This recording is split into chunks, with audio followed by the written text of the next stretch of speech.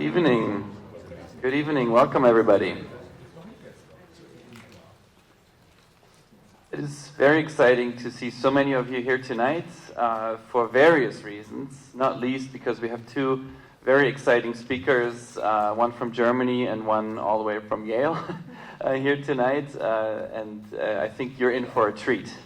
Just from the conversations we've already had, I can vouch for the fact that this is going to be an exciting evening and an exciting talk. It's a bit of an unusual format for us at the GCRI to particularly feature just one speaker and then a response. But I think it's the perfect format for the people that you're going to see tonight.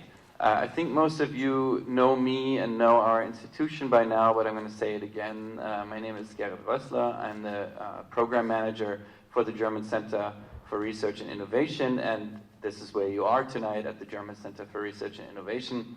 And as you know, we're a showcase for excellence in German research.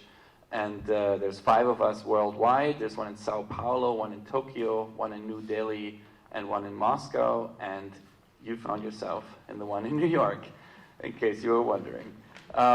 This is one of the many reasons this is an exciting evening for me. This is actually our first GCRI event, specifically GCRI event for this year. So this is sort of the opener for our 2018 season, and we have a lot of exciting things in store for you. The next event will be on April 12th on Crossroads in Higher Education, together with the universities of the Ruhr area. We still have seats over here, in case you were wondering. Yeah, there's plenty of room. Tonight's topic, and I will not go into too much depth because I have a couple more people that want to say a few words before we get really started, but tonight's topic is very dear to my heart, science communication, because that is what the GCRI is essentially about.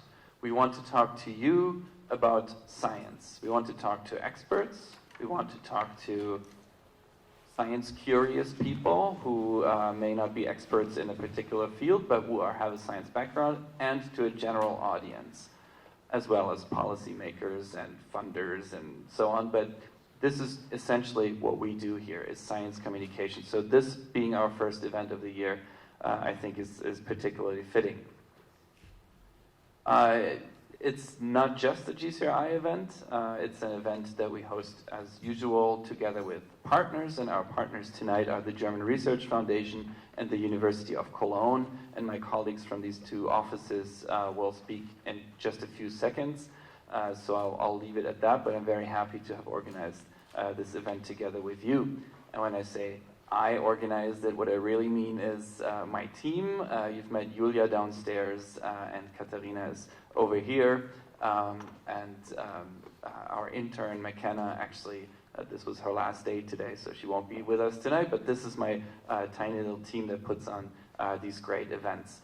We have more chairs over here in case you were just kind of scoot together. We didn't expect all 110 people to actually show up, so this is great.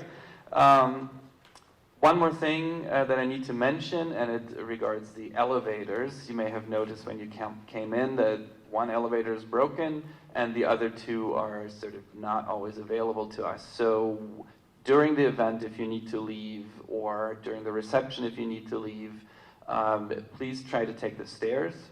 If for some reason you cannot use the stairs, talk to one of us, to one of the staff, or to one of the people from the partner organizations, and we'll call somebody to help you with the elevator. The reason is not that we don't trust you with using an elevator, but the German foreign minister, our Außenminister, our Secretary of State, so to speak, is in the building tonight.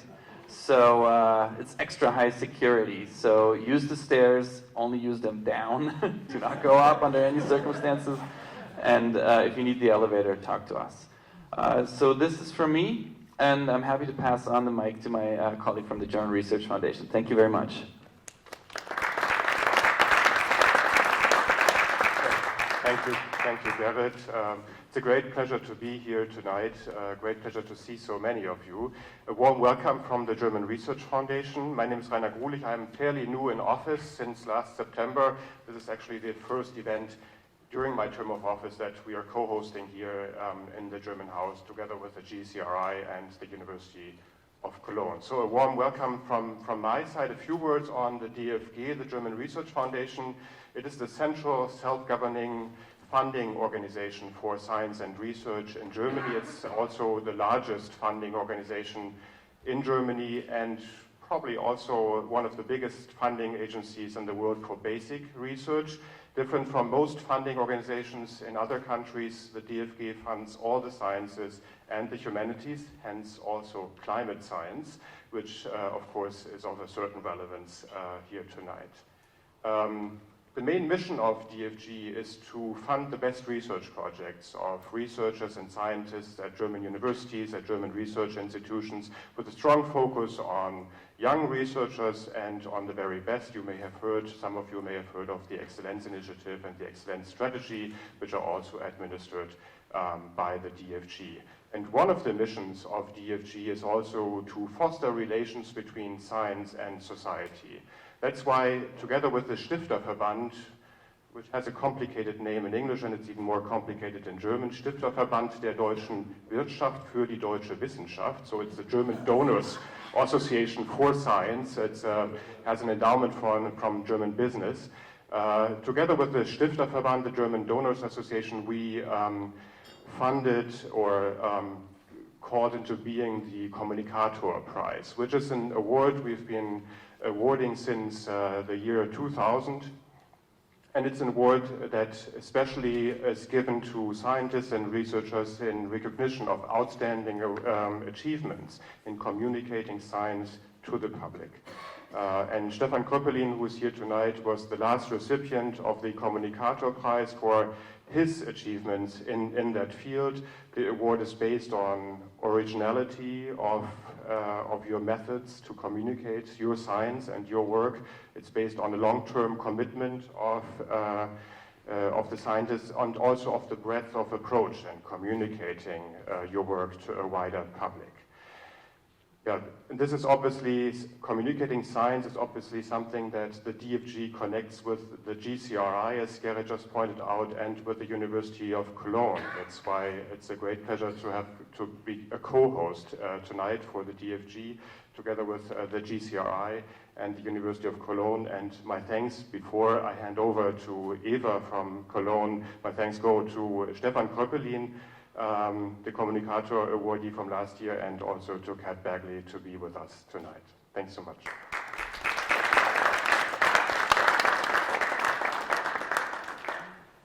Thank you, Rainer. Good evening, everyone.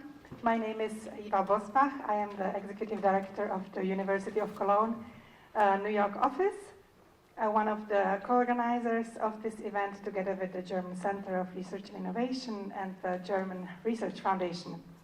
The University of Cologne is one of the leading German research universities. In fact, we are one of only 11 German universities of excellence. We are also one of the oldest universities in Germany. We founded 1388, and with around 50,000 students, we are also currently the largest university in Germany. The University of Cologne holds representative offices in China, in India, and in North America, which is the one here in New York. And one of the most important tasks, I would say, of the New York office is to support and promote our outstanding researchers.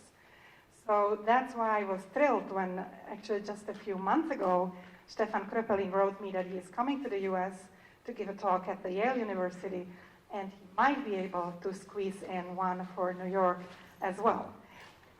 So we organized this event for you on a quite short notice, and we were very happy that Catherine Bagley was available to be the moderator for this evening. So let me briefly introduce Kat to her before I hand the mic over to her for the rest of the evening. So Catherine Bagley is the managing editor of Yale Environment 360, which is an online magazine featuring analysis, reports, and debates about global environmental issues. Kat has, prior to that, worked as a reporter for Inside Climate News, and she also co-authored a book that you might know that is called Bloomberg's Hidden Legacy, Climate Change and the Future of New York City. There's more information about CAT in the printouts that you could have found on your seats. Also, please, if you tweet, we have a hashtag for the evening, which is SciComm for Science Communication. And I just want to add one last thing about CAD. I found it personally just perfect for the event tonight that you actually hold 2 master's degrees from the Columbia University, one being in journalism and one being in earth and environmental sciences. So basically one in communicating and one in science. So communicating science is the topic of tonight. Enjoy Catherine Bagley and enjoy Stefan Kröpelin.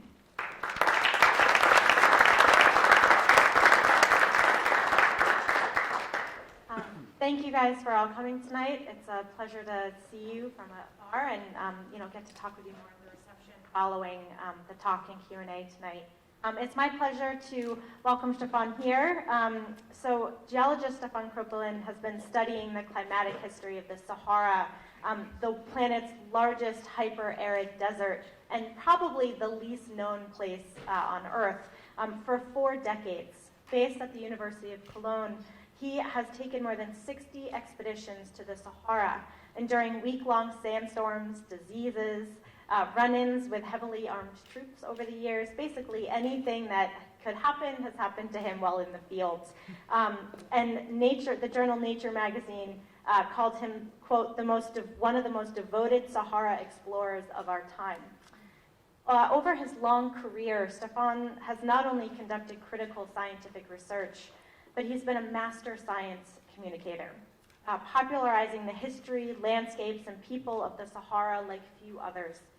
He's appeared in dozens of articles, podcasts, videos, documentaries, even children's shows, inviting journalists and camera crews to join him in the field and working tirelessly with the media in those brief stints that he's back in Cologne.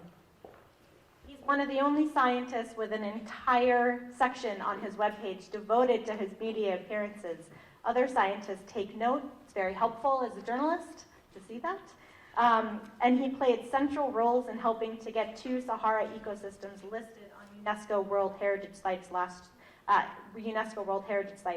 And last year, he was honored by the German Research Foundation for his lifetime of science communication work. So please join me in welcoming Stefan here tonight.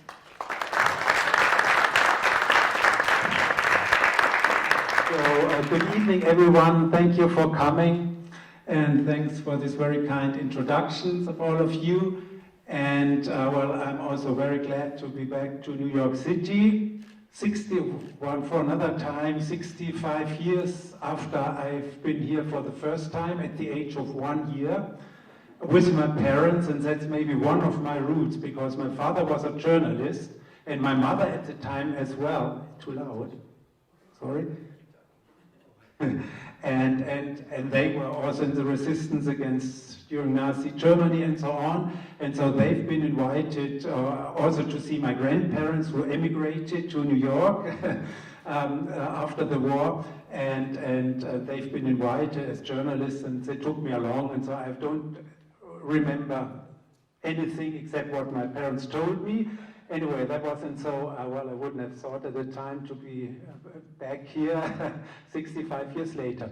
So I'm just going into the subject because I only have 1 hour, which normally 2 hours sometimes and sometimes even longer, but I have tried to do it.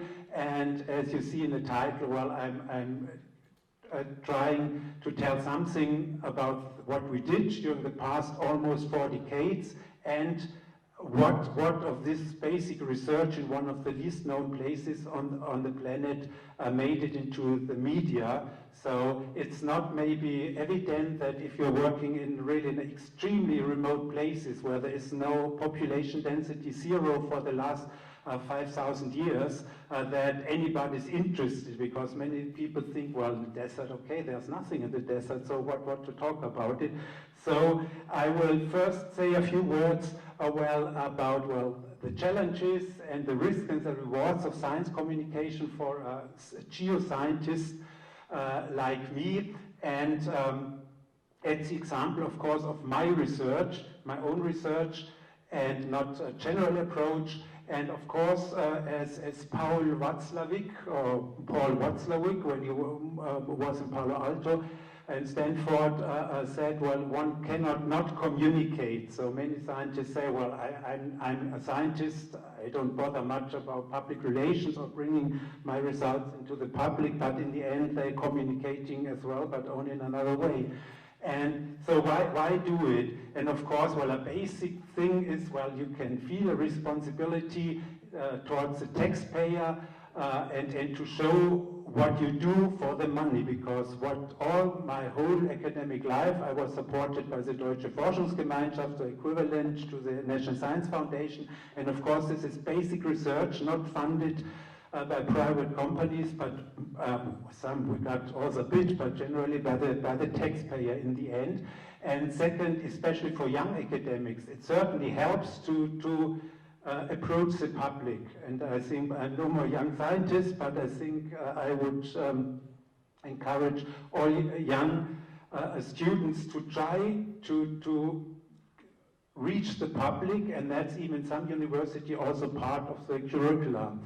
Then, of course, more and more there's a competition between university and even among institutes, and there also certain publicity helps a lot. And another point, which is very funny, not to expect in the end, I mean, most scientists, and that's a sad truth, they don't have the time, I mean, being researchers, teachers, being in administration, writing proposals, writing reports, doing field work, doing lab work, and so on. There's absolutely, for most of them, no more time left to know what's going on, even sometimes in your own scientific community. But once you have some media outlets which are easily digestible, which are easily to be understood, that's, I think, very few would admit, but that's how you can even reach your own colleagues in your own community, not to speak of other scientists in other fields. And, well, but of course there's always risks and rewards, and one thing is, especially if you do it, it gets more and more time consuming. That means while others are watching TV or football, you have to devote your time to do it, because the more you do, the more media requests you get, and that really reaches a point where there's really a conflict with your own scientific work, and you can make up against critics by colleagues only by also at the same time working hard to get really high visible publication to make up. If not, then they said, oh, he's doing only media, he's not a real scientist. So that's really one of the risks. And of course, as everywhere, well, especially if you're working on paleoclimate in places like the Sahara, you also can be politically exploited in a way. But what I said, it can be very rewarding. I mean, for example, being here, seeing all you, and so far nobody fell asleep, that's really rewarding. And it also shows the interest or non-interest in your own research. And anyway, and well, it's rewarding because even if people have nothing to do with your own field, and even with the workers and so on, and they go to the talks and they listen and they come afterwards, oh, that's interesting what you do, then you feel well and not giving away taxpayers' money for nothing. And the other thing is dealing with science journalists. It's very tough. It's much tougher than giving professional talks where everybody listens and thinks, okay, what's this talk going on? But journalists, they will tell you, and they will go weak points and say, why is it important that there used to be some hippos in the center of the Sahara 10,000 years ago? And there you really need to approach this subject. And this, again, first of all, makes you realizing weak points in your research, and of course, well, you can reach really millions. You can reach, in best case, tens of millions, and not just a few colleagues and scientists in your own field. And it also can really help to promote your own research, because even Deutsche Forschungsgemeinschaft is happy about science communication, which again can really help also in getting funding and so on, and it even can initiate new projects, and in the best case you can help really, and that's the case what we did concerning groundwater in the Sahara in Egypt, which is water is more important than oil because it's a basic of living, and there we also could help to prevent some negative developments, but of course this is not the point of this talk. And so I'm going to show you a bit about the 4 decades of geoarchaeological research in the Eastern Sahara, which encompasses about most of 4 countries, and then on the fieldwork conditions we do, because it's really a special work, and that's also why, except for a few American colleagues in the 1980s, there's hardly anyone else who is ready to do fieldwork in this environment, and you really have to be motivated and, of course, mix in all the time some results and the science communication. So the Sahara, it's not a desert, it's a continent. It's as large as the United States. And of course, there's a big difference between the Western Sahara, the Central, the Eastern Sahara, the Northern, and the Southern Sahara is the same as the US, are not one country with one climate, and that used to be the case also in the past. So that's what we call the Eastern Sahara, in the traditional sense, the Libyan desert, according to the Roman descriptions and even old ancient Greek description, and this is the Libyan desert. And you see even on this atlas of 1920s, it was practically unknown, except for very few places. So I think it's certainly the least known place on the African continent and maybe worldwide anyway. And to work in such an area, which is here, like it's more than 2 million square kilometers. That's really 6 times the size of Germany, for example. So of course you can't go there for one time, but you have to go several times. And I was lucky to be member since student time to my official retirement last year, to be a member of large-scale projects, so-called collaborative research projects, which used to go on until 15 years, now until 12 years, which only open up research opportunities that you can work there. And every dot here may mean maybe 1 or 2 days, but it can also mean a couple of months of archaeological or geological research, and that's only if you have really the logistic support to do such research. To get there, there's no tracks, there's no people, there's no maps, except at least in the past, the maps which we all prepared ourselves, or colleagues of us. So you go for weeks through uncharted country. Today, of course, you have Google Earth that didn't exist in the late 70s and early 80s, and that's one of our convoys with 26-ton trucks, a few smaller Unimog with a backhoe attached, and so on, and that's how you drive. Sometimes it took 6 weeks until we reached our study area, and sometimes, well, you have to go to do just steep descents. Sometimes it takes a whole day just to get up find a location to make it up an escarpment, and then you have to build your own road, you have to unload the whole payload more or less, and then use the sand sheets to make your way up, which is quite sportsy exercise. Or sometimes you have to take the shovel and take away all these dunes which first blocked the entire descent down from the big Ennedi plateau in northern Chad, and build your own bridge to drive down. Sometimes, the Great Sand Sea of Egypt, which is one of the largest sand seas, which has longitudinal dunes up to 800, 500 miles long, and sometimes the whole fleet gets stuck in the sand, and then you do exercises like this because our cars are extremely overloaded. You have to do it sometimes 20, 30, 40 times, 50 times in one day just to get the cars running again, and there you have a good sleep afterwards. So much worse is if you have a 26-ton trucks which is drowned in a salt marsh, and because there the sand sheets which you put over, it's the steel ones, in that case they don't help a lot because they drift out, so you have to unload almost 20 tons of payload and by hand, and all the fuel, because we have to carry everything from water and fuel and food and everything you need, because there's no way to get anything at all during this field trips which lasted up to 6 months in the early 80s. And of course, sometimes you have to build a road just to drive down without knowing whether you will make it out, because if there's a blocked wadi, then it can take a few days just to drive up again. And sometimes it gets very dusty, so in the next view you would see anything, or you have in some places, like the dustiest place on earth, in the Baudelaire Depression, northern Chad, visibility like this. That means you're driving for a week and you don't have 2 yards of visibility, which doesn't make it easier to cross dune fields, for example. What is worse are mechanical problems like this.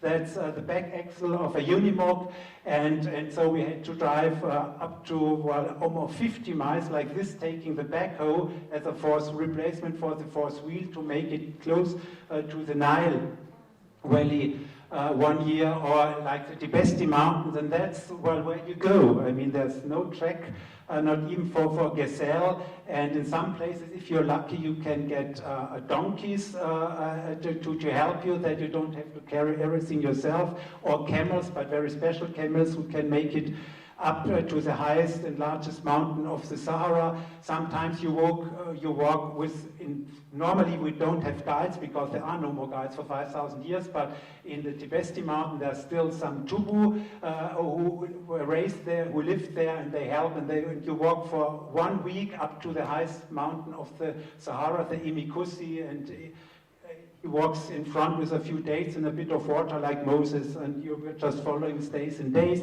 Sometimes it's even tougher climbing up the second highest mountain of the Tibesti and carrying all your water and rucksacks with 30 kilograms. But well, once you're up, you're rewarded by some exceptional views, and there's only a handful of people who made it so far. A night camp is normally in the wind shadow on the lee side of large dunes which can weigh up to 1 million tons and which move a couple of yards every year. So average 200,000 tons, and there's tens of thousands or hundreds of thousands of them, and these are so-called volcanic dunes which help you not to have it too cold in the night. During the daytime, of course, it's extremely hot, so if you forget to put your foot into the shade, after 14 minutes it's completely burned. The biggest problem in the last few years is the security or insecurity. That means since the oncome of GPS, of vehicles, and so on, so sometimes you get close like this before knowing whether that's bandits or rebels, or in this case that's an official Chadian army, and that's always a big relief for everyone. And so that's a big problem all over the Sahara. That's why hardly there's anyone still working there.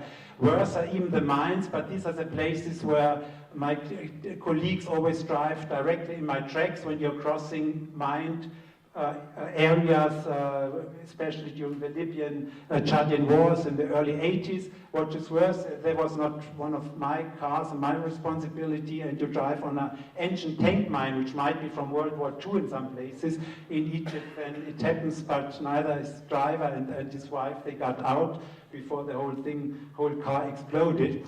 And now when we come finally to the media, and that, of course, I just can give you a short a few examples of the accompanying media work, activities, well, in my place, during the past decades.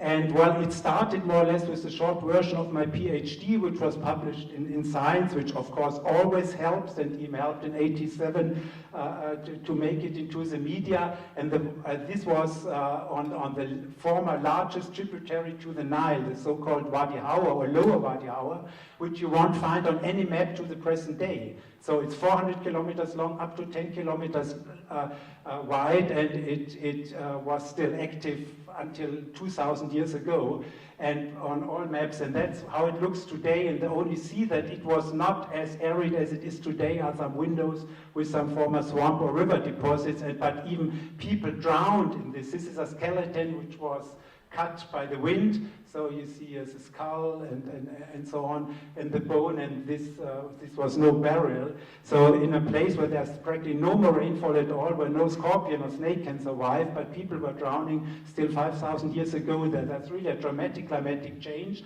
And so at the time, that was 87, it made that the leading or Bild Zeitung tabloid in Germany, and that was what it made, a black and white message or some university paper in the Neue Zürcher Zeitung, very short. There you also see the evolution in media during the past 30, 40 years. And so I took several times TV teams with us to places where no TV team has been ever before, in Egypt, in Libya, in Chad, in Sudan, in the Western Sahara. And of course it's a nice souvenir, but at the same time it rose lots of interest because there is no other documentary on these places. And so there was, for example, this film in Arti, which was, there were several editions, and it was aired hundreds of times worldwide because it was in 4 languages. So now a few examples of Egypt, and there the media communication had some help from a completely unexpected side, and that was, there's a small cave in the remote western desert of Egypt, in the center, the hyper-arid core of the Sahara, where there's practically no rainfall at all for the past 1,000 years, and that's the so-called Wadi Sura, and where it's one of the very few localities where you have depictions of swimming, or most probably swimming or jumping people in the rock art, and there's plenty of rock art, but most people know it from the film The English Patient. Only this film, of course, was not shot at the real sites, but it was in Tunisia, in Hollywood, I don't know where. Anyway, not at the real site, and that helped a lot. So after this film came out, I just returned from the real location, and before I went home, I went to the cinema. I missed because a colleague from Texas, Fred Wendoff, told me he had already seen the film before departing for Cairo, and we returned. He told me about the film, so I went in and I sat down. And of course, now coming back, well, you know that the book and the film was really a very a big bestseller everywhere. And I wrote down in maybe 2 hours an article for the leading weekly Die Zeit in Germany, and that opened a large avenue of science communication, because this was normally it's very hard for even professional journalists to make it there, and they published it in the next issue, and so this led to several films, documentaries, for example, that was on Sylvester '99, when they showed first on ZDF, which is the largest chain in Germany, and the real film, The English Patient, and we did a documentary on the real story of The English Patient, which is quite different to the film, and there was a couple of other follow-up stories. For example, we found at the original site still some remains of his cigarettes, his nails, pin nails, the color, the paint which was used for reproducing the ancient rock art sites of these swimming figures, and so on, and a couple of other stories. There's even a team from NHK, the Japanese TV, came with 5 or 6 or 7 people flown in from Tokyo just for interview on the background and the climatic conditions of for the English Patient, and so on. And it's funny that we published a scientific paper last year, which I think for the first time, at least for the Eastern Sahara, gives a good chronology on the rock art, because there's always these questions, how old is it? And so I think with archaeology, excavation, geology, and typology, we made it. But normally, there's just a very special academic interest in this question. But to my surprise, I got phone calls from the International Business Times, who normally, as businessmen, are not too much interested in the dating of rock art, but that's all due to The English Patient.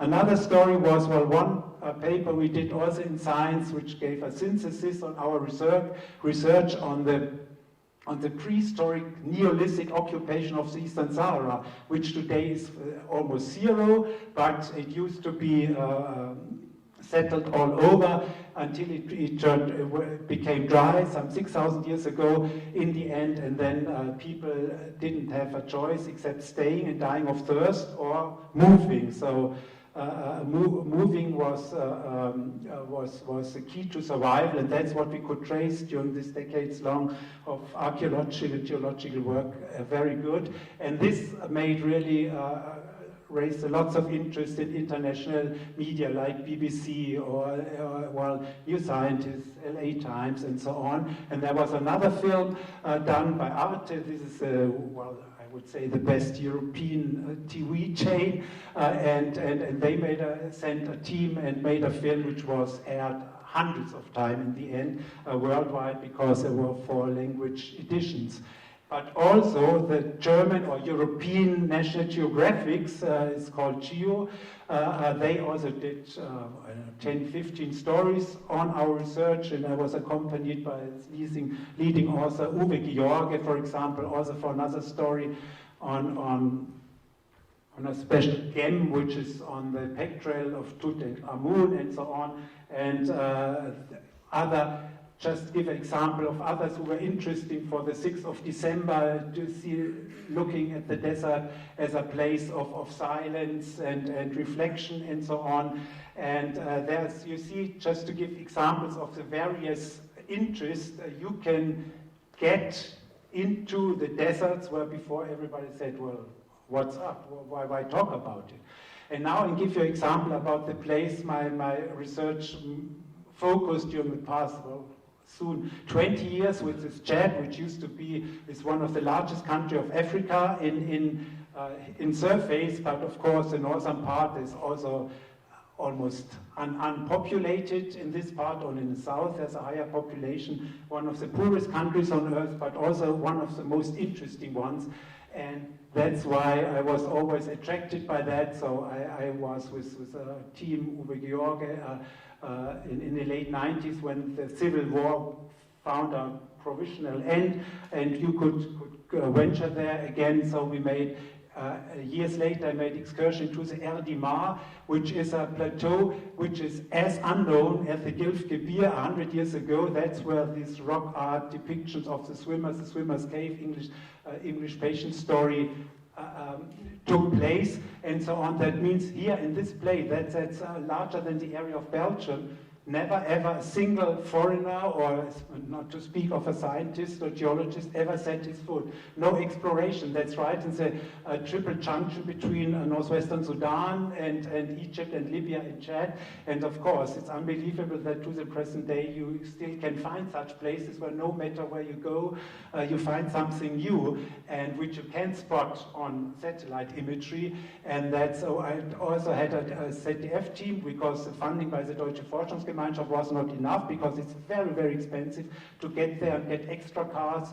And so I told them, well, you can go along, I do everything you want, and I help you with everything, but you have to pay everything which is not covered by my science fund. So it really helped to do this expedition. I couldn't have done it with the pure scientific funding all alone, and that was called Magic World, so departure into the unknown, which also attracted, at the best airtime you can get in German TV, that's Easter Sunday in the evening, and attracted 10 million viewers. Or also in the local press, which said, well, that's expedition into the inferno, and so on. Or even there was a friend writer, a very good Austrian writer, and he was along and he wrote a book, well, his side, his poets, his view of a poet on such an expedition into the last white spots of the, oh, that's the wrong slide, doesn't matter, I had it in English, and so on. He wrote a book on it, on this expedition, which also is a nice souvenir, and so on, and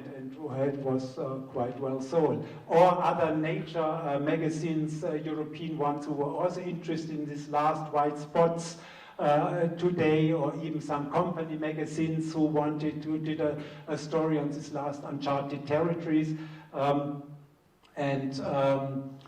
Another example and another science paper, these were the lakes of Onyango, which are the largest and deepest and most interesting lakes still existing in the Sahara, while there were thousands or 10,000s of lakes during the so-called Green Sahara period, but there's hardly any lake left because of extreme evaporation. And of course, these lakes are today supported by fossil groundwater by 100%. If not, they would evaporate within a few years. So that's really a big natural wonder, and it's also at the same time a unique climate archive for the past 11,000 years.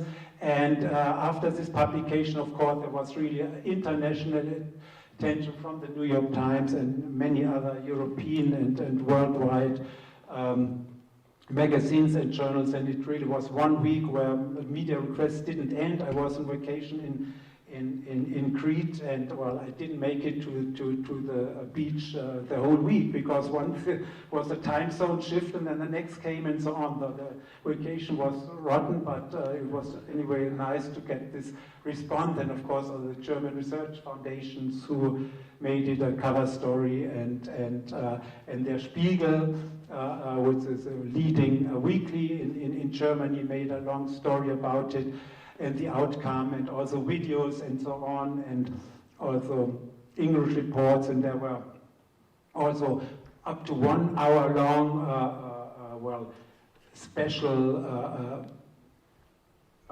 shows on the outcome, and also for school TV and so on. And there were also, for example, it made stories in the Geo encyclopedia, which was given for free to all the subscribers of Geo. That means that it's 1.5 million of books with the stories were distributed more or less for free by a big German publisher.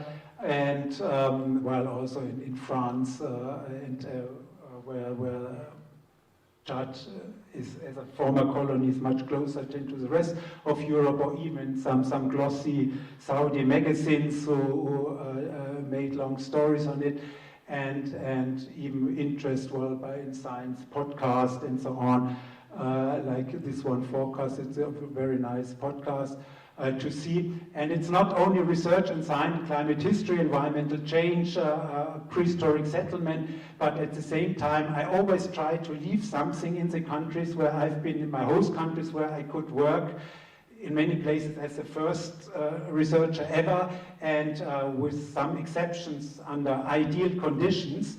But it is so I wanted to leave something, and that's the best thing to leave. It's this exciting sites, which to the present day were not visited, but by really very few people, to propose them, for example, as protected areas, or especially as World Heritage Sites. And that was after many years of work, where it was finally accepted as the first World Heritage Site of Chad, at the time the 4th largest country on the African continent. And you see there are 1,000 miles, there's the next one along the Nile valleys, and most of them are cultural. So that was a big, not only surprise, but so the Chadians, the locals who were forgotten, who were not even known in their own country, but for the renommee of Chad, of this large country, that they have all these natural miracles and so on, that they when you hear of Chad, you only hear of poverty and wars and civil wars and so on. And this really helps to find a national identity, and so most Chadians are quite grateful for that. Of course, there were reports in the university magazine. There were also even the tabloid media interested in World Heritage Sites in Africa. And normally Africa only makes headlines if there's something bad going on. About good things in Africa, in 50 countries, you don't hear too much. And so in this case was a big response also at the UNESCO book, which made it also a cover story. And we did exhibitions also in the country, where practically every single Chadian student has seen an exhibition, which we did there, and which was, that's the German ambassador and the Chadian president who opened it and attended it. So that also helped to raise interest and provide knowledge on the north of the country, which is even or more or less completely unknown in Chad itself. We made brochures which were distributed to most of the, say, sort of high schools which exist in Chad and so on, and so we were also decorated by the president as knights and later officers of Chad. Also at the UNESCO World Heritage meeting, which was in 2015 in Bonn, and which is among the largest United Nations meetings at all, and there also we made a presentation everywhere on that, raising interest into and trying to get funds to support this World Heritage Site after the inscription by the decision makers and politicians. And another beautiful part of the NAD is the NAD in Chad. It's a big plateau the size of Switzerland, triangular, which is still unknown for at least 90% of it. In many places we were the first ever to reach it there, while only the western part is known, where you have, all kinds. You have the second highest arch on Earth. You have all kinds of Aeolian features. You have monument valleys in several scales and so on. You have the last remaining crocodiles who survived now 5,000 years of aridity, and that's all at the same time done beyond our basic research, which of course is our main interest, our main work, but it also helped to get support by the locals, from the locals up to the president and the government. And much of this research would not have been possible, because normally these poor African countries, they are not too much interested about the climate 10,000 years ago, but rather what's in their own country. So it's a win-win situation for everyone, and which made lots of friends, and that was the big thing that which happened 2 years ago, when it was elected, inscribed as the second World Heritage Site of Chad. And in this case, the speciality was it's a mixed site. It's a natural and cultural sites, and there's only 35 sites worldwide among the 2,000 World Heritage Sites existing today. And so that's very rare. On the African continent, there's only 8 others. So that's really a very rare case to have natural and cultural sites, the sites of Switzerland inscribed on the World Heritage List. And so, of course, there was international interests from Germany to, where is it? Well, of course, made a cover story in the UNESCO magazine, where you see as the second highest natural arch on the planet, and this last deltas with some water, and with the crocodiles and so on. And this went on. And another fantastic natural feature of Chad, this least explored country which makes up the Sahara, is the Tibesti Mountains, which is up to 3,500 meters high, which is still largely completely unexplored, and which has a size three times the size of Switzerland. This is one shot I could take on one single flight I ever made here, where you see this 10-mile wide crater in it, and with the deepest subcrater in it of this large volcano, which measures 50 miles in diameter.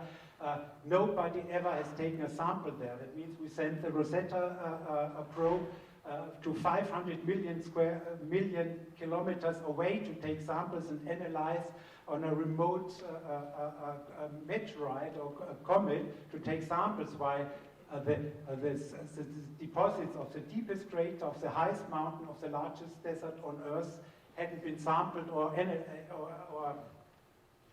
researched so far. So that's really, few people believe that the case, and that's of course why I wanted to get there. And even in the preparation, sometimes there's some journalists calling, oh, I heard about you're leaving again, so where are you going, where's the problems, and so on. So even before you get to the field, sometimes you get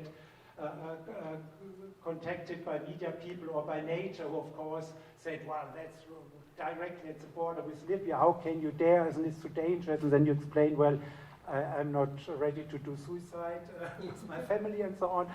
So to explain that it's not as bad as you read in the, or what you read in the press. And this again made a story which more or less in a new format for Der Spiegel, which more or less I wrote myself with the help of Johann Krohe, the leading science journalist who wanted to be here but could not stay for family reasons. And there was lots of interest because at the same time, another point apart from the archaeology and prehistory of the Sahara is always that we are trying to follow our way to Europe. That means the migration of the anatomically modern man, Homo sapiens, out of Africa into Europe and maybe back and so on. And that's also a subject which attracts quite some media attention, or even in there's reports in the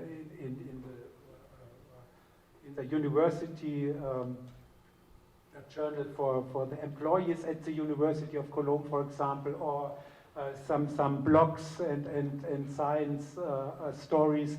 And for example, there's even you get a call after midnight European time from New Zealand for a 30-minute interview, because New Zealand there's lots of volcanoes and they're interested in volcanoes. Just another example of all the things you can show in the Eastern Sahara, or some who say, well, that's a special, a secret tip where to go, or others are interested in what is it, I don't know, anyway, about some stories from there. Or New Scientist did several stories on it, and at first time, of course, they didn't believe when they said, well, nobody ever, no geologist or archaeologist ever ventured to these deep craters to take samples, and they, after they verified it, they were happy to do some shots, or like this, bringing to the public this really spectacular volcanic massif of the Tibesti, which I always call the Hawaii of the desert. Of course, it's not as active no more, because it's probably 17 million old and even older possibly, but it's still active. So that the second highest mountain looks like it would have been built just a few hundred years ago. And I brought one of the leading volcanologists, Clive Oppenheimer, there for the last expedition. Also said it looks so young, so you can get the second highest mountain, 3,300 meters high, okay, 1,000 meters above the plateau, which can't be older than, say, at best a few thousand years. So it's still active. It's not as active like Hawaii, but of course it's much larger, it's much bigger calderas, much more volcanoes, and it's I once checked Hawaii, there's 200,000 scientific publications and papers and works on the Sahara, on the Tibesti, just a few handful there still to do for generations. But to get there, of course, it's a long way. You need cameras, which you normally hardly get, and this made it into the science journals, for example, so even some sort of lifestyle magazines who are not interested in research outcome, but rather, well, how to live, under which conditions we live on a gallon of water a day. We eat every day almost the same, so noodles, rice, and we have to carry our luggage, and we don't have a beer for months, and we're in extreme like on a spaceship, because, well, there's no way you can walk around in the night, but you only have to find your way back to your sleeping bag. We sleep in the sleeping bags in the night on the ground for several reasons, because tents would fly away, and for several reasons it's not good, and so on. And for example, that's where people get interested, how you can live for months with 4 liters or gallon a day of water, and well, from toothbrushing, washing, drinking, cooking, everything, and even taking a shower, in quotes, once every few weeks, and that's, well, which makes it in journals where you wouldn't expect science stories. Of course, again, as example from the University of Cologne and others, but also I always wanted to try, well, to look for some followers, and that's why I also did stories for journals or magazines for school for pupils, for the younger audience, more or less, and explain what's the danger, what you find, what you do, and like in this cyclid, or into the TV shows for children, which is for the famous Tiger Enten Club, which I don't know, there are many hundreds of very long series where you explain here under the condition, and the children, the audience, they really pose tough questions. Sometimes I'm wondering better than some of my professional colleagues in a way. So it's really they hit the point. So also that's fun if you get interested. You tell them how people live in the Sahara, the children under unbelievable conditions where if they would need some medicine for $1, they die because there's no doctor in 1,000 miles in the surrounding, and they could never make it to the doctor in the capital, and then they could never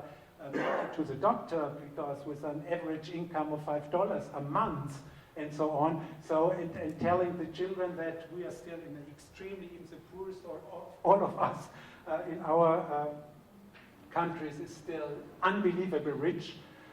Compared to almost every children. On the other hand, these are the poorest of the poorest, but sometimes they have much better humor than rich children in Europe.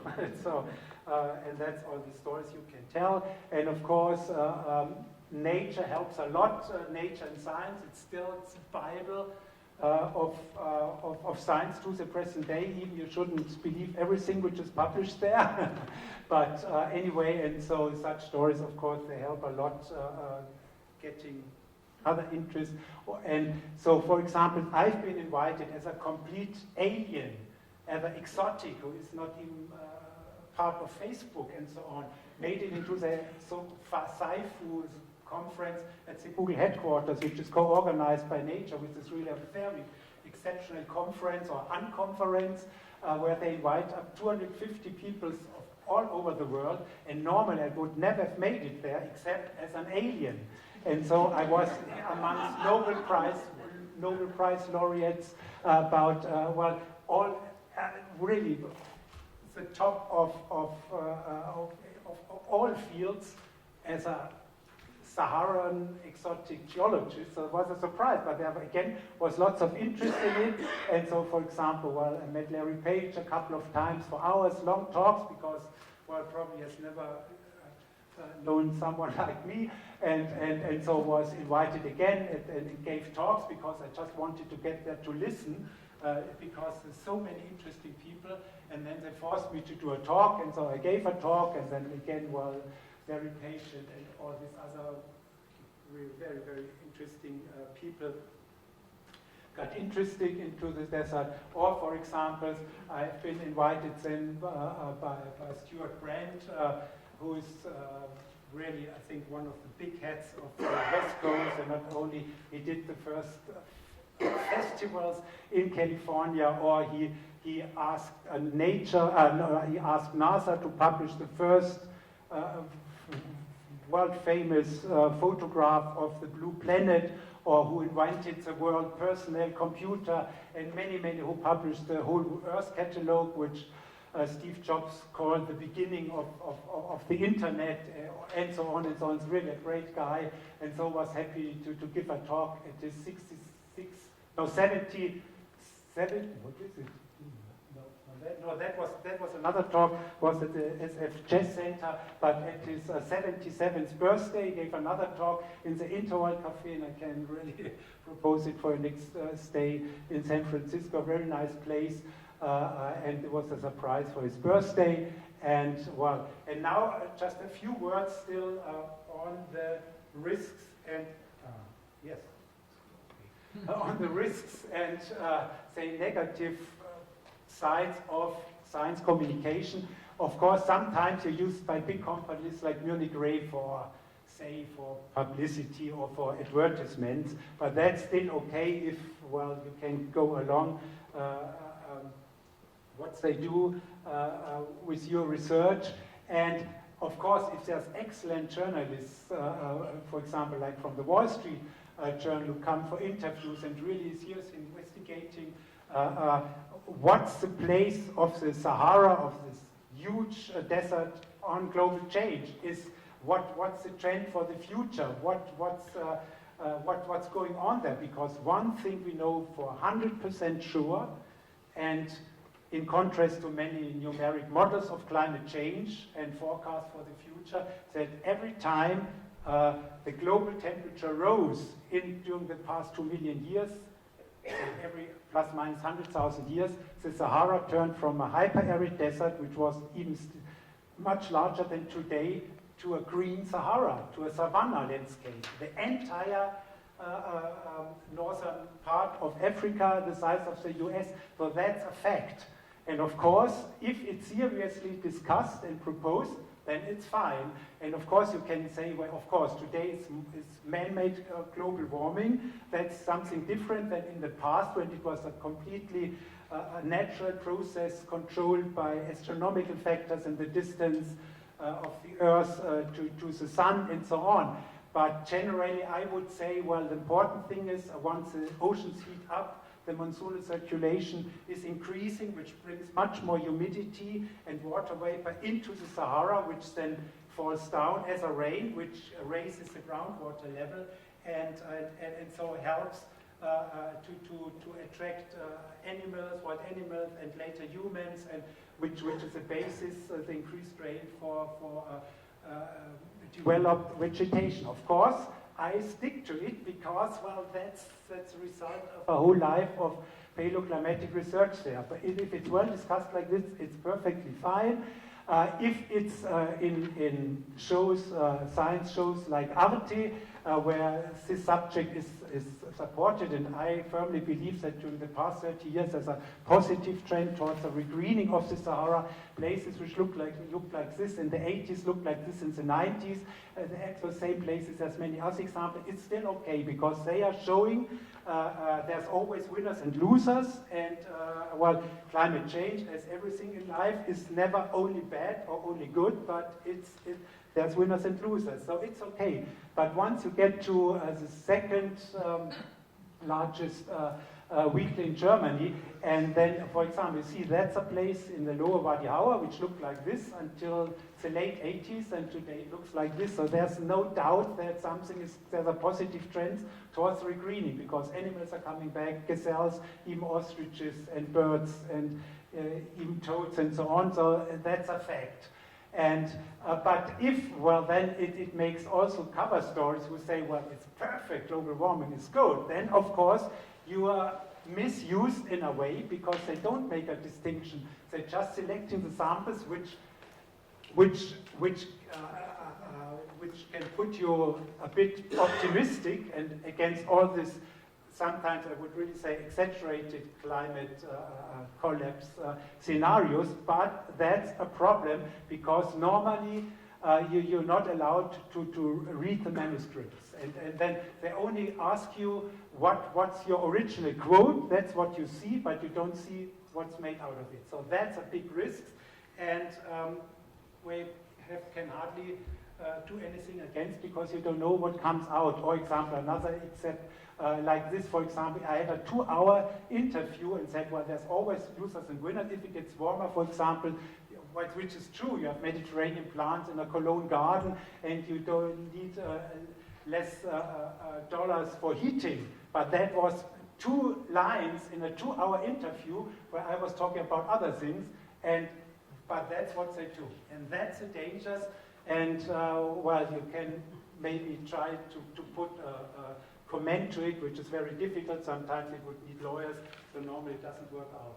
And now, just if you want to learn more, now I talked about science communication mostly, but about the research we did, there's a site which is now also translated into English, which is called Explore Chart, which shows a bit more of what I've been sketching or giving an overview now on the World Heritage projects and on the results of research in chat as an example, and where you can also find some lots of videos and so on if you're interested. And now I think I'm quite made it within 1 hour.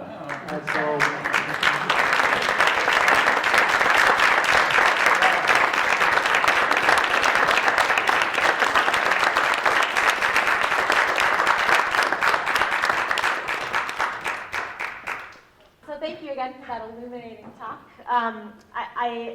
It's interesting to hear your experience, in Europe compared to your experience with U.S. publications, and how you've really been involved in science communication from the very early points of your career, which I think, especially here in the U.S., I think that a lot of young scientists sort of see science communication as this major hurdle or obstacle or chore often. And I'm wondering if you can talk a little bit, if you remember what your first media interview was like, and what was the biggest lesson that you learned from that experience?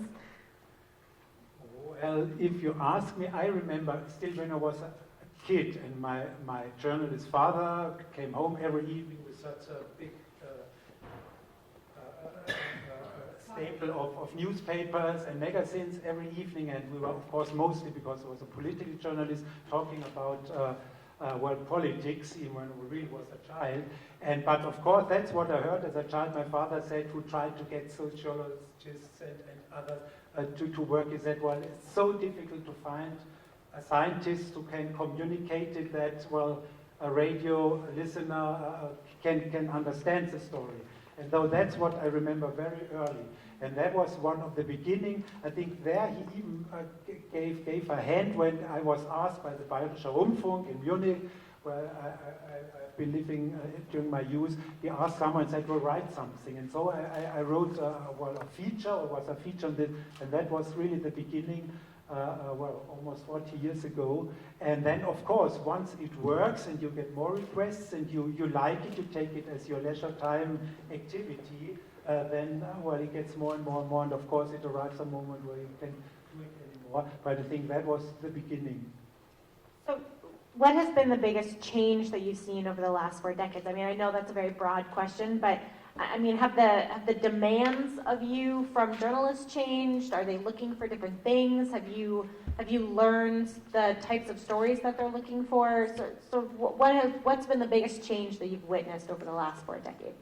Of course, the whole technological revolution, which never has been anything similar since origin of the planet and so on. Of course, this changed everything, especially during the 10, 15 years with unbelievable technological news which are there. But of course, it's, as always in life, the longer you stick to an issue, to a subject, and of course, the more you learn, and the more you get in touch with people, and you know more and more journalists who, if they get interested, so they keep in touch and ask you.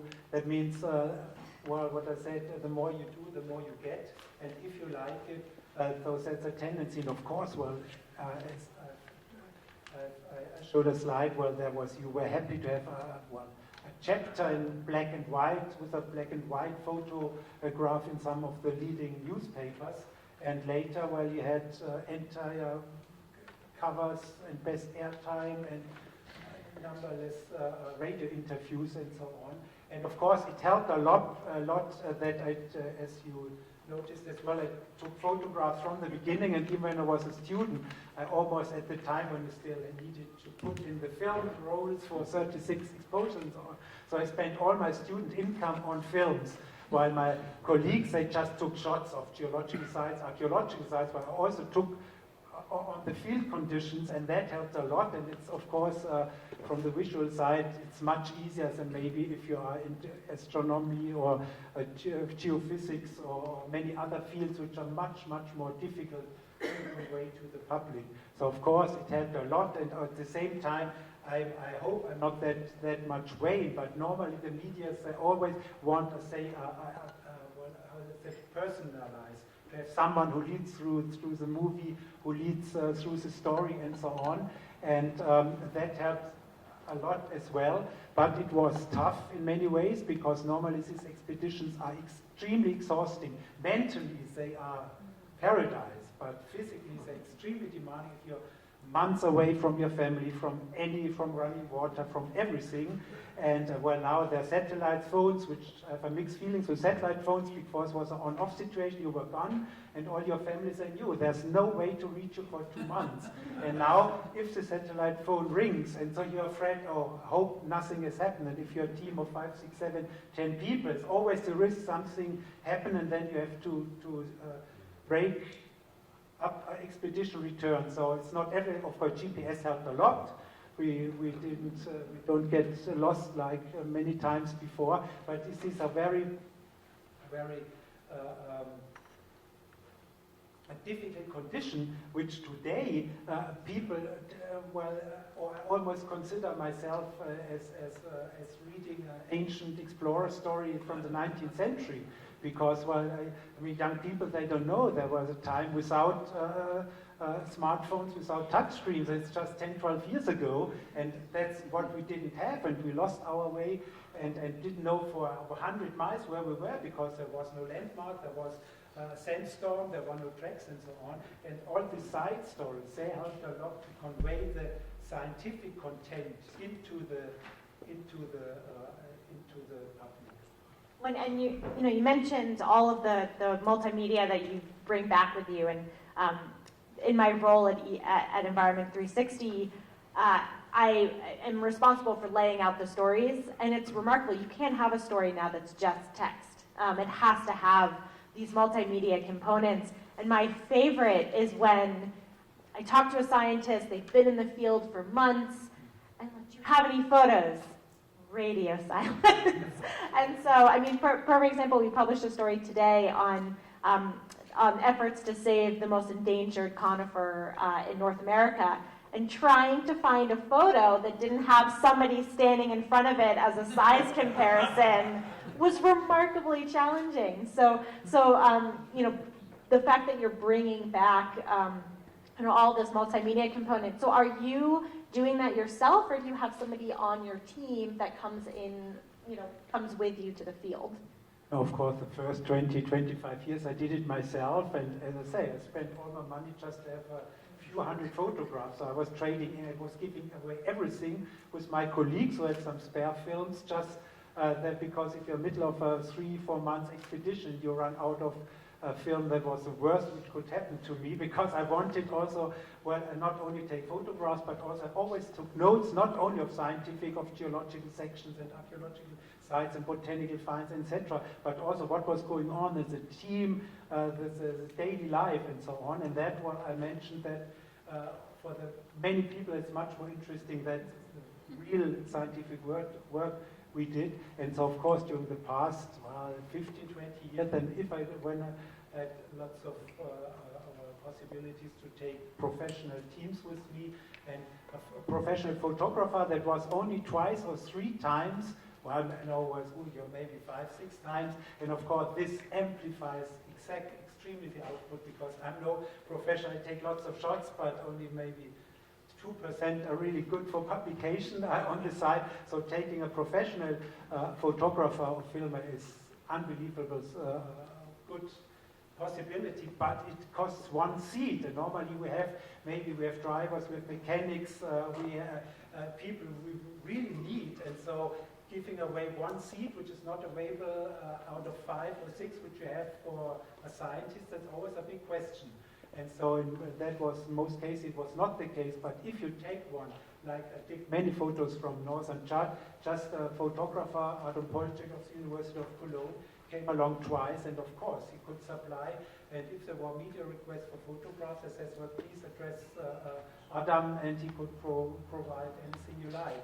And so that's a really good investment if you have enough transport capacity. I'm wondering, what role your success as a science communicator has played in your ability to get new funding revenue. Well, now I'm officially retired. Of course, everything goes on like before, except I don't get any more pay. So that's the only difference in the end. But of course, it helped. And I think with Deutsche Forschungsgemeinde, of course, they are glad if something of this big science investments makes it into the public. And that's why there is the Communicator Award, which is the highest personnel award personal award you can get in German science. And so, of course, in the end, everybody is happy except your own colleagues. And that's the worst part of the professional jealousy. Is unbelievable. If I write a paper and I write, well, the Sahara has never been green before. I mean, maybe one would say, well, you're serious? But that's all. But if you make a film with 10 million viewers on Easter Sunday evening, and you come back to the institute and you wait for some comment by the colleagues and then say, well, that was good, that was bad, but everybody's talking about it because everybody has seen it, and you get in our kitchen or so on, and you sit in, nobody talks anymore. Nobody hadn't seen it, so you don't get, and just talking behind your back, that gave me a hard time for decades, until I saw, well, Schopenhauer said in Germany, professional jealousy is the best compliment you can get, but it's tough to get it. While the further away the colleagues are, in other cities, other university, overseas, there you get lots of positive comment. And this is changing, luckily, say, for the past 10 years maybe. While there's a long tradition in the US on science communication, you know, Harvard and Yale, I mean, they have tens, if not hundreds of journalists who provide the whole world with science stories, and that's why even German TV, German radio. So there's many German radio stations. They say, well, as American scientists found out, and then you have official comment, you have an interview, except you have the photographs, you have a video. So it's fully prepared. While normally in Germany you need a journalist who can take care for a few hours, a few days, or for weeks to get such a story, which is available in the US with a phone call or an email. And so luckily the situation is changing, but still I would say 90% of colleagues in my own field, they say, no, that's waste time. We're not there to do this. We rather work on a paper which maybe cited 10 times than reaching 10 million. That's still lots in the head, and that was really the toughest part. And so I was so happy to get this award last year because, well, once the German NSF appreciates it, of course, you have a completely different stand because that's where every scientist in Germany gets most of his money from. And so I think this is a very good thing, and this is changing slowly, but there's a lag behind the US and UK for decades, I would say. When you come back from the field, on that point, is the first thing that you do, start working on your research and start writing papers, or is the first thing that you do contact your sources in the media? And well, the first thing is I return after a couple of months of field work is to take a shower. I was skipping that step. To be back to your family, to have a first drink or whatsoever, which you didn't have for months. That's the first thing. Except when I wrote this article on the English patient, there was exception and so on. But normally that comes automatically, of course. I mean, first you have to take care about science, and now, well, the journal, they call, when are you back? And you open your email after 6 weeks, 2 months, and then plenty of requests there. So I'm not addressing myself, anyone. But it's sometimes, so one story makes another story. For example, well, I have to take shots insulin every day of diabetes. I just mentioned it once by talking with a journalist who made an interview for something, and he said, oh, that's interesting, I give it to my colleague on a special journal on diabetes, and there's a story on diabetes, and so on. So unbelievable many aspects. That means once you're inside, you rather have to say no to media requests much more than you can do, except as long as you're still in the work. And now, for example, now I still have to finish at least the most expensive results which we have. There's very interesting stories to come, including one of the origins of the hieroglyphs and so on, which is unpublished for more than 10 years, which we found deep in Sudan, and many other interesting, or this unique climate story, which tells a story at a sub-annual scale. That means season for the past 11,000 years, a site which hardly exist anywhere on the planet. Maybe an elk lake in Minnesota and one in Europe, but it's really one of the world records. This has to be published. But after then, I will try, well, to finally to write this book, and I've in US publishers 3 requests for books, which not only will focus on the science, but on the whole story around this research in these remote places. And I'm looking forward to do it because, well, you're reaching many, many more people than you can do with the scientific papers. And I think there's enough for our funding.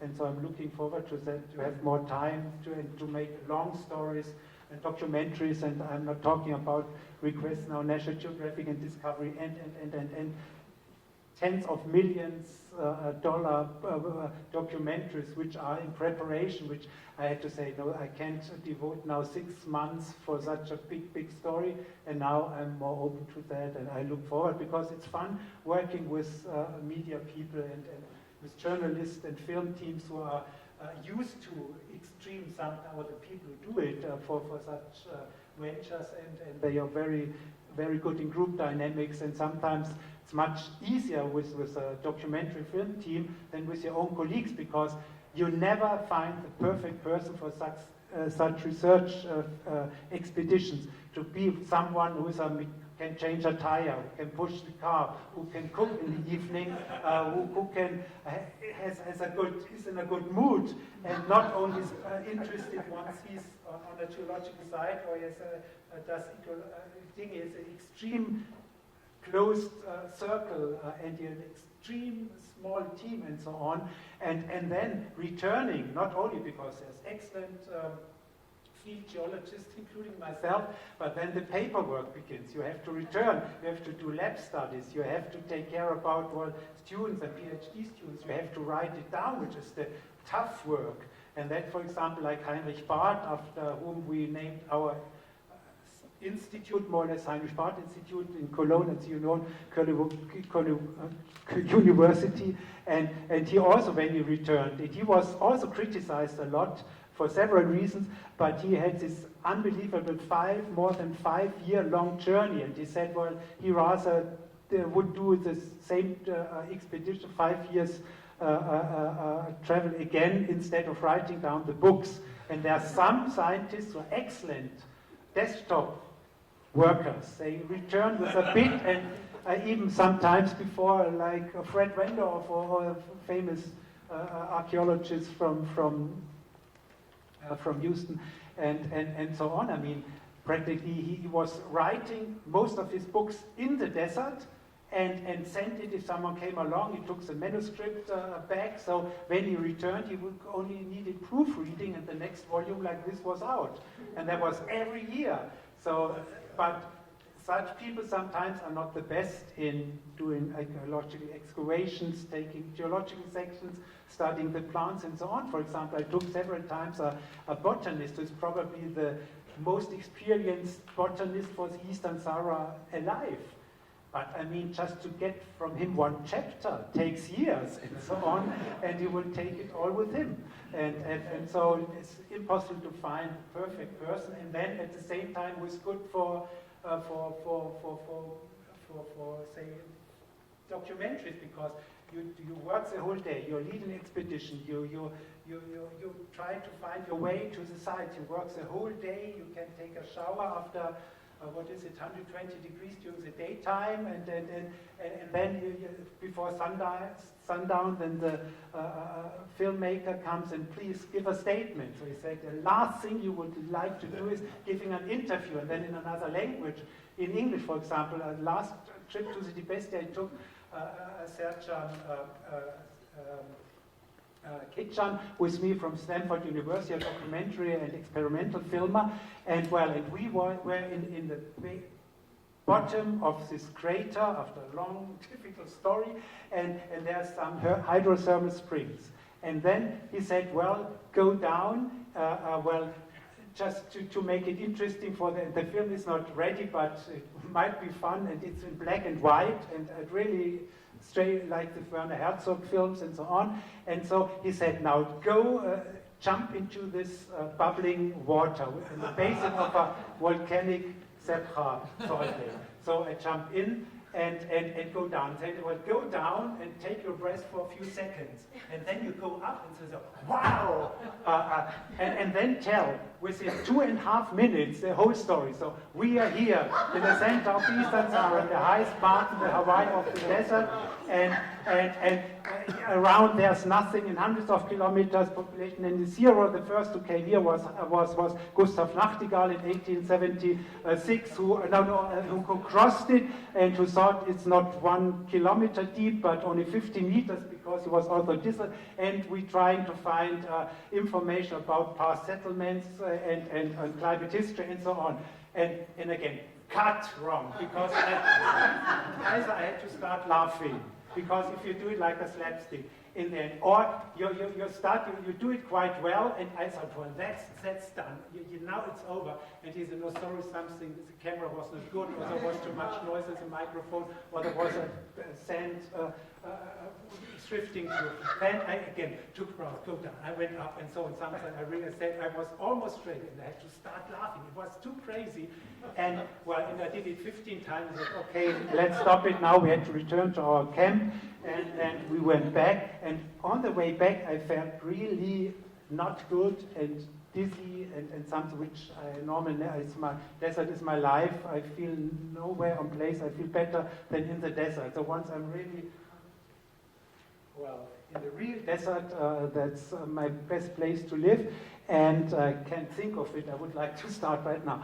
And so anyway, I returned to the base camp, and there was Clive Oppenheimer, this leading volcanologist from Cambridge, and there were in field. They said, it's no wonder. Do you know you've been for hours in this small volcanic pond, which is bubbling, and of course there's all kinds of gases coming, like in Hawaii, coming up, and that means, and then you take the breath. So I was in this monoxic. Anyway, I was completely done. It lasted a whole 1 or 2 days until I became. I don't know what I took. I mean, uranium, salts, monoxic gases, and so on.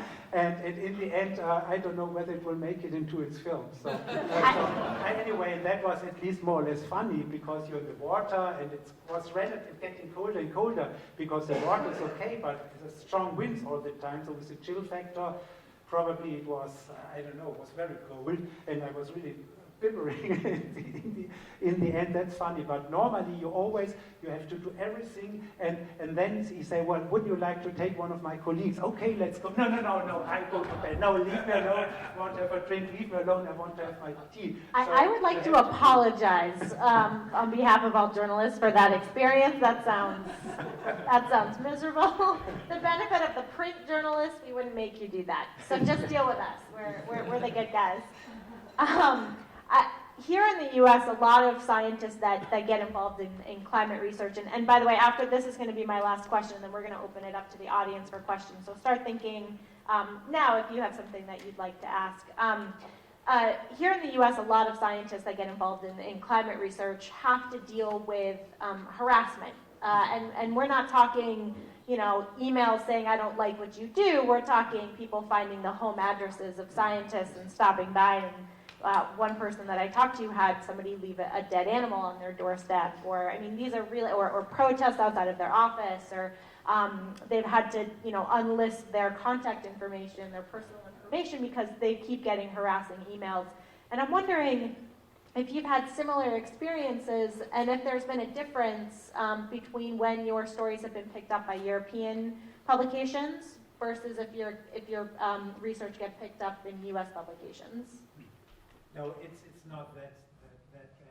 In Europe still I got also attacked in many ways, but mostly in the internet and so on, and you just have to read it. And so I never received a letter insulting me and so on. For other things, yes. But for example, when I was taken responsible, the king of Morocco, for the destruction of archaeological sites in the occupied Western Sahara, there we were surveyed by the Moroccan secret service whatsoever, and so on. So that's a difference. So once you're involved into politics in Africa, then can quickly run into trouble, which was never the case in the main countries I've been working.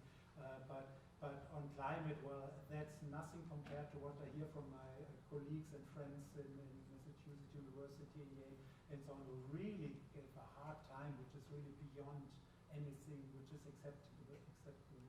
So that's at least not so bad by far. What concerns myself, and well, still my email address is open, public available, etc. And so we're still not at that point. But it's getting worse, and you get easily criticized. And of course, I'm against, personally also against these black and white pictures. And I think, saying it, we're at the moment, especially worldwide, we have worse problems than climate change, which is a slow and so on, and we know, and so on. And so, and even sometimes if you mention that, and there's always losers and winners, there's never, ever only losers. So you can be criticized from this party quite easily, and to say, well, if the Sahara gets green, so buy a bigger car, drive, use more electricity, and so on to help, and then you're helping the poor people in Africa, and that's okay. That's still it's a comment more or less. But on the other hand, well, it's a climate. Nobody when I started, well, as a student. Working on past climates and environments in the Sahara, nobody was interested. Not even in Egypt, they don't let the stupid German go into the desert, there's nothing. Egyptians hate the desert, everything which comes from there is the sandstorms and locusts and raiders and hate it. So we could go there, and that's why practically nobody except a few American colleagues in the 80s went there. And then the more we found, the more people got interested, and the more seen that the Sahara really tells a climate story, and that's 10 million square kilometers of hyper-arid desert, which through the albedos, of course, has even a global impact, because once you have a vegetation cover which changes the albedo, this has again can change the whole climate, and that's not a small desert like the Atacama or the Namibian desert and other small desert, but that's really the size of the US. That means it's a big play, and there you have to be very specific to say that's good, that's bad, and that's a trend, and so on. And so you're during the last 10 years politically involved, which would never have expected that decades ago. That you're really working in the most remote places, nobody's interested, and suddenly you're in the midst of a tough political situation, and that's why you're always taking risk, getting instrumentalized or from all parties and so on. And I think a scientist has to remain a scientist. I'm criticizing my own scientists, who are for me sometimes like shamans, who are telling in the Potsdam Institute of Climate Impact Research, I don't want to name, which are former friends of mine, and I sometimes give statements on Sahara, and since then I'm taken off the list and no more invited, can live with it easily. And I think scientists have to be open, they have to be open for discussion, you have to discuss with everyone, and once the discussion stops, that's important. You have to get the people together and explain it and have an open. I'm the first to say I was wrong. In this, I thought like this, but now I have new data, and I have another stand. And I think that's the only way as a serious scientist, and not getting too close to politics, neither side, which happens, of course. It provides job opportunities, sometimes you get good funding, and I think that's really, you have to be an honest science broker, and not getting on this side or this side or this side, and it's always state of the art. So you find nobody would have expected that we find can take this 16-meter long core at a 25-meter deep lake in the center of the Sahara, whereas outside not a single drop of water available, and this changed the whole story, climate history of the post-glacial Holocene period after a week when we took the core and the analysis. And so, and that's always, there's progress at Mount Vernon Science every day, and one has to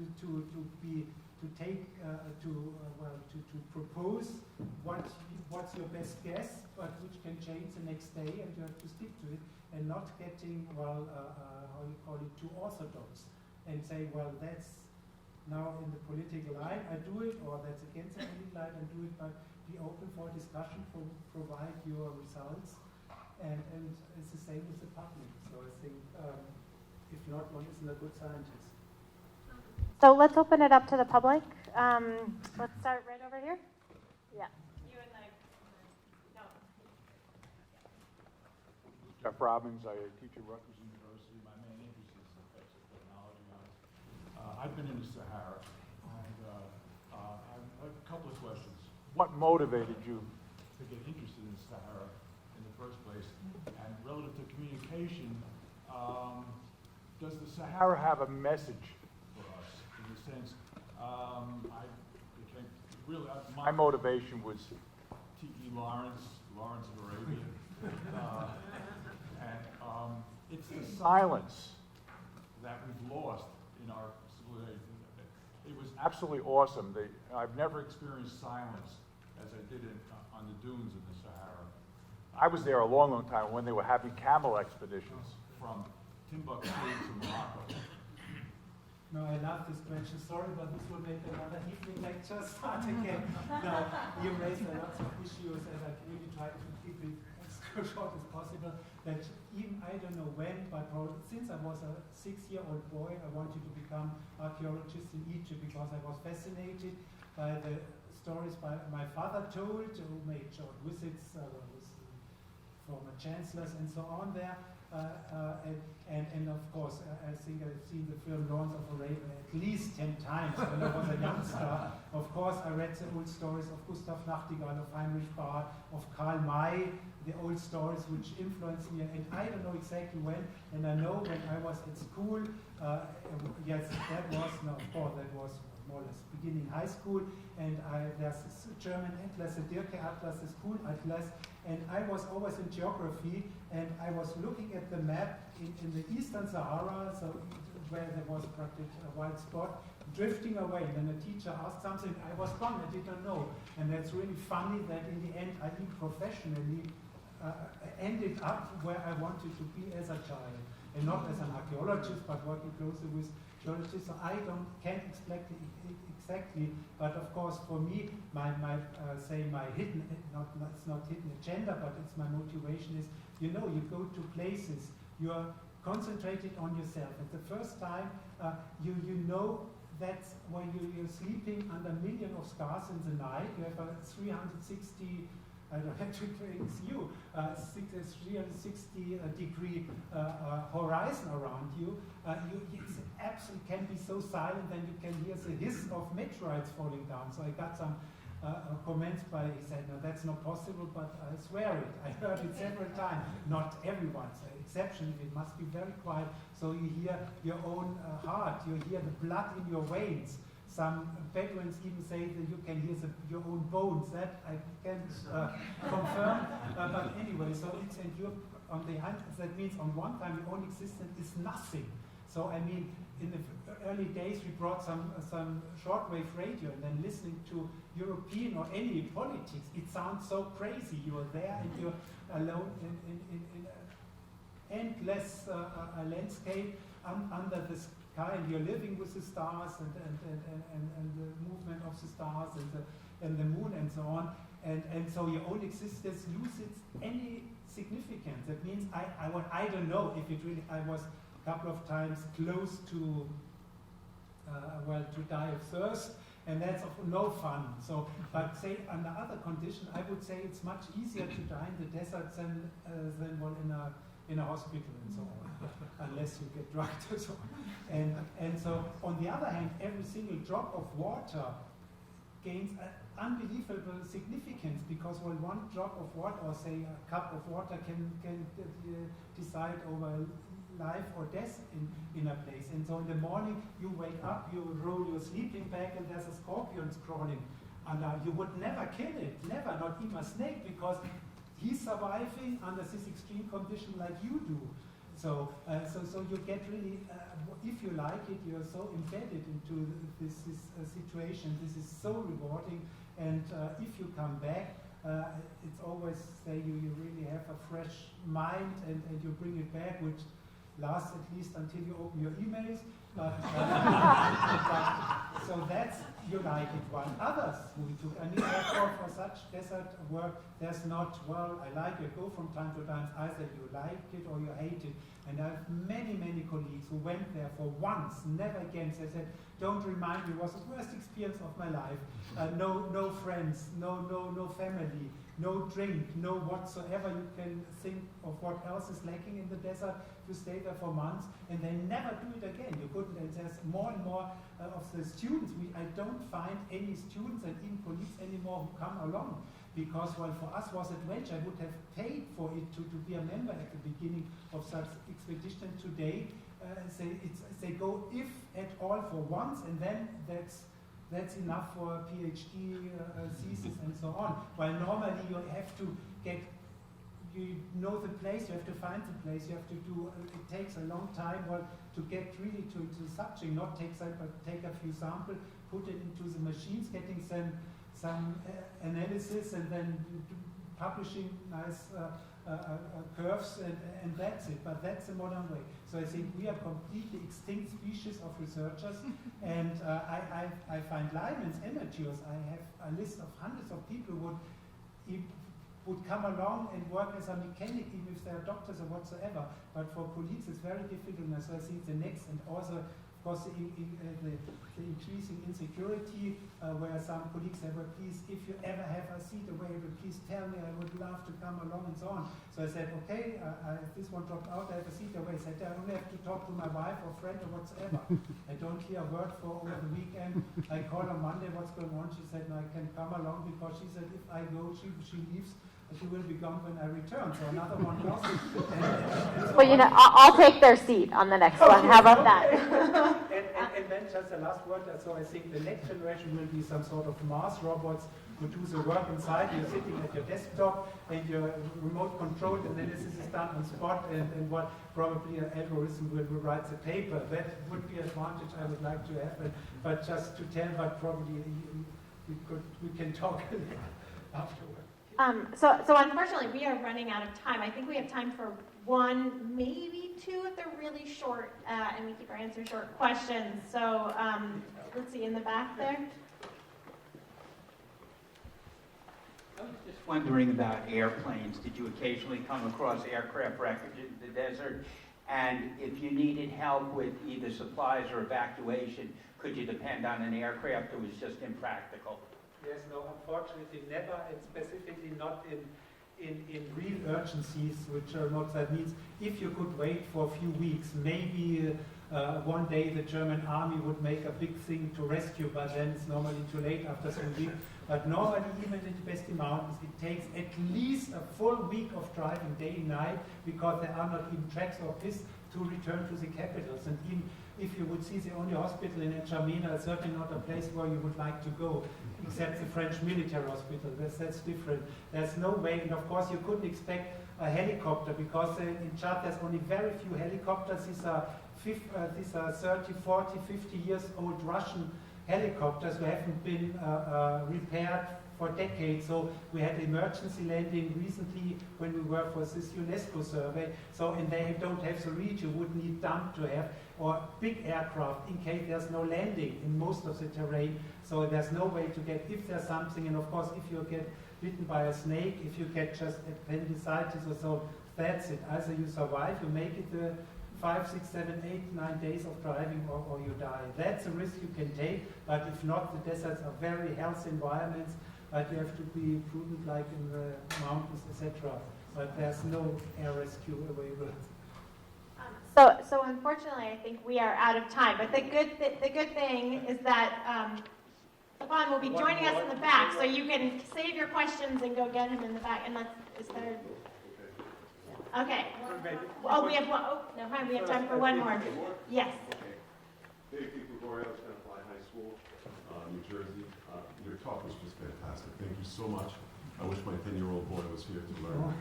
And yours, is this your boy here? Yes, that's for 10 years. 10 years also. Oh, thanks. Try. It works.